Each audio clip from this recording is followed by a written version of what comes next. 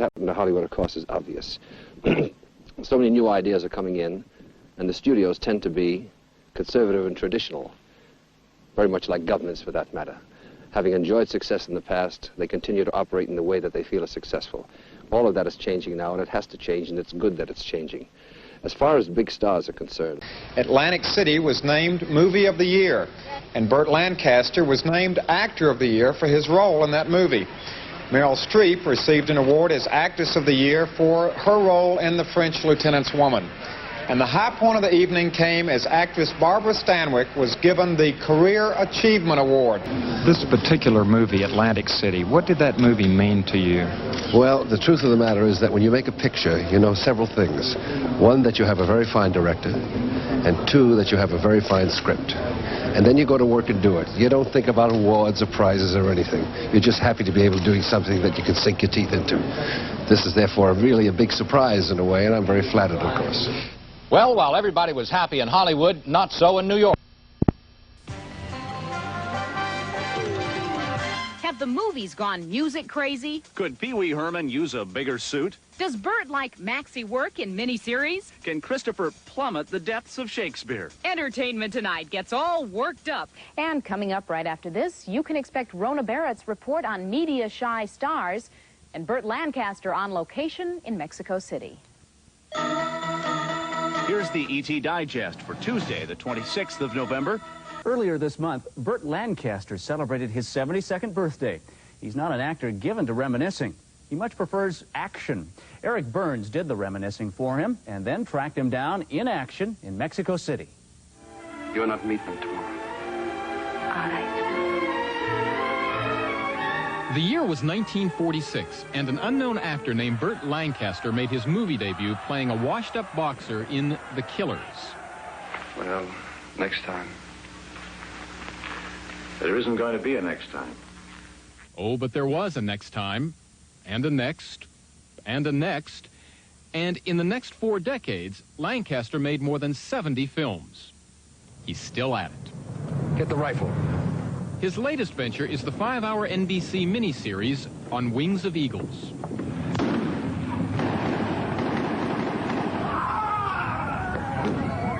The movie, which was shot in Mexico City, is based on something that really happened. Lancaster plays retired U.S. Army Colonel Arthur Bull Simons, who led a team of mercenaries into Iran in 1979 to rescue 2 American businessmen from a heavily fortified prison. What kind of man is Bull Simons, Burt? I mean, what was the attraction for you to play him? Very quiet-spoken man, never raised his voice. Was obviously a great legend in the Army, and it was very appealing to attempt to play a character of this nature. What are your thoughts about making a miniseries? Is it something that's harder for you to do than making a feature film? We're doing 5 hours of film, 250 pages of script, and we're doing it in something like 11 weeks, and I don't mind telling you, it's rough. I have to jump down their throats sometimes and say, I'm sorry, I'm an old man. Yeah, I'm not going to work beyond this hour. Sometimes he did have to work beyond the hours he wanted to. Long days of shooting ran into night scenes, and then day scenes again next morning. Another thing that makes it terribly difficult in television is there is no continuity. We are jumping all over the place. So as an actor, you have to keep thinking all the time, where am I? What am I doing this time? What my attitude should be now, relating to scenes you haven't even shot that might lead to that conditioning. But that's the problem that actors face in all pictures. But in this picture, I have never seen it to this extent. We're all over the place. Let's get out of here. The final installment of Rock and Reel moves to the steady beat of the music box office bonanza of the 80s when we return. Take your passion and make it happen. Next, Kirk Douglas and Burt Lancaster, Hollywood's veteran hit team, reunites to play 2 tough guys. Burt Lancaster and Kirk Douglas are the Hope and Crosby of the tough guy set. They've starred together in half a dozen movies, a play. They even did a song and dance number once on television. Now, in more customary roles, they're back before the cameras. Eric Burns has this on-location report. Well, right from the very beginning, it seemed like a very, very cute idea. Burt Lancaster is making a new movie with an old co-star, Kirk Douglas. I think we just we just work well. We seem to have no problem working together, and a certain chemistry comes across. Douglas and Lancaster arrived in Hollywood 40 years ago, and they've been sharing movie marquees ever since. Tough Guys is their latest.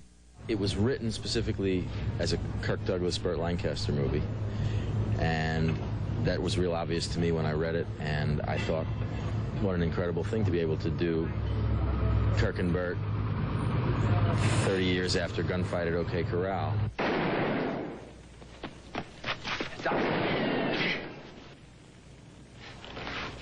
I'll take care of Ringo. We really got close to one another when we did Gunfight at the OK Corral. I think we became very close at that particular moment. I think you're scared, Harry. Damn right I'm scared. If you had any brains, which obviously you don't have, you'd be scared too. We were going to tell you about the plot of Tough Guys, but, well, let's have co-star Eli Wallach do it instead. Two men who committed a crime went to jail for 30 years. I was hired to get rid of them because of the mishandling of the crime. So they get out of prison and they meet it's Rip Van Winkle with two wonderful actors, Kirk Douglas and Burt Lancaster, and they are adjusting to the modern world, and my aim is to get rid of them. Just like an old vaudeville act, Douglas and Lancaster remain as smooth together today as ever, and as confident as ever about what makes a hit movie. You don't make a movie to deliver a message. You make a movie to have the audience forget all their problems and get wrapped up in what the hell is happening on the screen and what Burt is doing to Kirk and what Kirk is doing to Burt. Because it's very reminiscent of the manner in which Kirk and I were portrayed in the earlier days, and it's a kind of return to our fantasy. From that point of view, it has an inbuilt nostalgia, I think. In Tough Guys, there is an underneath statement that sometimes old guys aren't as quickly finished as other people might think. Burt and I in Tough Guys are pretty active tough guys. Celebrating birthdays today. Jimmy Osmond is 23. Kareem Abdul-Jabbar is 39. Herbie Mann, 56. Edie Adams is 57. Henry Mancini is 62. Peter Ustinov, 65. And Barry Nelson is 66.